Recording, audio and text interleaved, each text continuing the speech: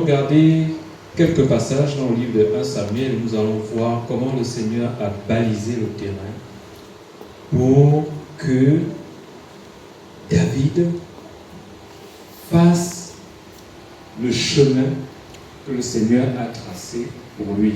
Amen. Nous allons aller dans 1 Samuel. 1 Samuel, excusez-moi. 1 Samuel 18, 1 à 4. 1 Samuel 18, 1 à 4. Après, nous allons lire 1 Samuel 19. Et enfin, nous allons rester dans 1 Samuel 19. Prenons 1 Samuel 18, 1 à 4. Je lis dans ma version. Pendant que David achevait de parler à Saül, Jonathan, le fils de Saül, se prit d'affection pour le jeune homme et se mit à l'aimer comme lui-même. Ce jour-là, Saül garda David auprès de lui. Il ne le laissa pas retourner chez son père. Quant à Jonathan, il l'aimait tellement David qu'il conclut un pacte d'amitié avec lui. Verset 4. Il ôta le manteau qu'il portait et le lui donna.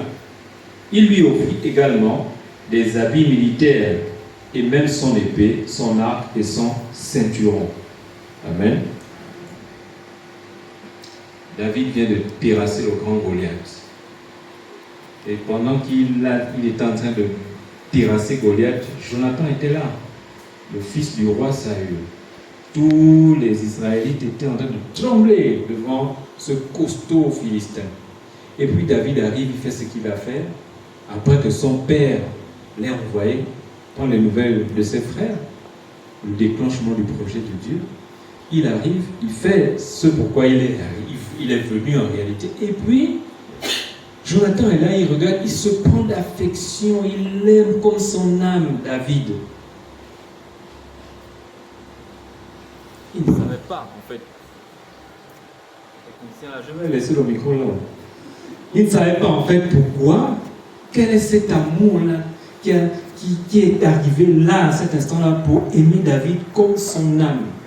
Saül s'agace, et puis, il complote de faire mourir David. Il passe d'abord par des ruses, hein. Il fait en sorte que David épouse sa fille, et puis il lui demande une dot bizarre. Mais quand il complote de tuer Saül, Jonathan est là. Jonathan est là. Il appelle ses ministres. Jonathan est là. 1 Samuel 19, 1 à 3. Jonathan est bien là.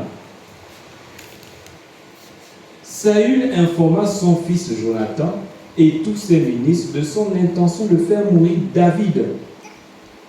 Mais Jonathan, qui avait beaucoup d'affection pour David, l'en avertit.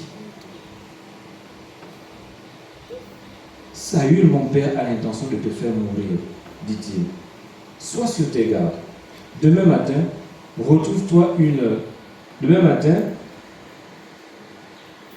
trouve-toi une bonne cachette et reste-y. Je sortirai avec mon père et je l'accompagnerai dans le champ où tu seras caché. Je lui parlerai de toi, je verrai comment il réagit et je te le ferai savoir. Amen. Elle dit, il ne savait pas qu'en fait, l'acte qu'il a posé au tout début là, c'était la première balise. Il devait être la balise de David, une des balises, parce qu'il y en a plusieurs, une des balises de David. Quand Saül devait déclencher son plan machiavélique pour tuer David. Amen. Saül, tellement agacé, voyant que son plan ne marche pas, il use encore d'une autre ruse. Bon, tu vas épouser ma fille, Michal. Pour nous connaître ce mot, Michal. C'est pas Michal de Bakoum, parce que chez Bakoum, quand ils doivent dire Michal, ils disent Michal. Mais là, Saül veut faire épouser à David sa fille Michal. Elle dit non, moi je n'ai pas de problème. Tu peux épouser ma fille, mais tu m'emmènes 100 prépuces de Philistins. Vous imaginez un peu les Philistins, là, les amis de Goliath, les frères de Goliath. Là. Donc le roi dit à David que tu m'emmènes 100 prépuces. Ben, il s'est dit, il ne va certainement pas arriver. Comment il va faire pour récolter 100 prépuces de Philistins? Les gars là, ils vont le tuer. Moi, mon problème sera réglé. Amen. Mais il y a un passage où il est écrit, dans le même livre de Samuel, Dieu était avec David. Dieu était avec David. Donc il part, il va combattre les Philistins, il ramène les 100 prépuces, il épouse Michal. David, salut, non, là, je crois que j'ai utilisé tellement de ruse, il va falloir que je passe vraiment à l'acte. Il se retrouve avec Saül, avec David, en lieu privé, et puis il tente de le tuer. Malheureusement, ça ne marche pas. David s'enfuit. Il s'enfuit où? Chez Michal. Le père sait que bon, c'est mon genre, il est chez ma fille, je vais aller le chercher, et je vais le faire mourir. Mais Michal, bien que ce soit la fille de Saül, c'est la femme de David. Amen. Elle avertit son mari. Elle avertit son mari, 1 Samuel 19, 11 à 17. Elle avertit son mari. Mais Michal, la femme de David, l'en informa et lui dit, si tu ne te sauves pas cette nuit, demain tu es un homme mort. Elle le fit alors descendre par la fenêtre et il s'enfuit pour sauver sa vie. Ensuite, elle prit l'idole familiale et la plaça dans le lit de David. Elle étendit une moustiquaire en poil de chèvre à la tête du lit et couvrit l'idole avec une couverture. Lorsque les envoyés de Saül vinrent arrêter David, Michal leur dit, il est malade. Saül les envoya une seconde fois. Retournez voir David, leur dit-il, et ramenez-le-moi dans son lit, afin que je puisse le mettre à mort. Les envoyés du roi y retournèrent. Ils ne trouvèrent que l'idole dans le lit, et la moustiquaire étendue sur la tête du lit. Saül questionna Michal. Pourquoi m'as-tu trompé de cette manière? Pourquoi as-tu laissé mon ennemi s'échapper? Michal répondit, il m'a menacé de me tuer si je ne le laissais pas partir. Amen. Dans le propre camp de l'oppresseur, dans le propre camp de l'ennemi, Dieu a suscité des personnes pour sauver son enfant. Amen. Son propre fils a d'abord averti David, ensuite sa propre fille a encore sauvé David. Amen. La Bible dit que Dieu était avec David. Comment on appelait David? C'était quoi le nom de David? Le nom qui le caractérisait dans la Bible? C'est quoi le nom? L'homme selon le cœur de Dieu. Moi j'aime cette appellation-là. L'homme selon le cœur de Dieu. Il plaisait à Dieu. Dieu trouvait plaisir dans ce que David faisait au point qu'il était dans son cœur. Amen. Et la bouteille que j'ai laissée là, hein? Il sait bien où se trouve la bouteille. Mais quand il te dit il est en train de chercher le mensonge qu'il va te donner. Amen. Dieu ne réside pas dans ça. Dieu ne réside pas dans ça. Dieu ne réside pas non plus dans l'impudicité. Les frères aujourd'hui, l'habillement ne comprend plus. Le pantalon qui doit être à la taille, c'est maintenant sous-fesse. À l'époque, les jeunes là, quand vous faisiez la corde à sauter, là, on mettait, il y avait une partie qu'on met ici, ensuite il y avait sous-fesse. Les garçons mettent maintenant les jeans sous-fesse.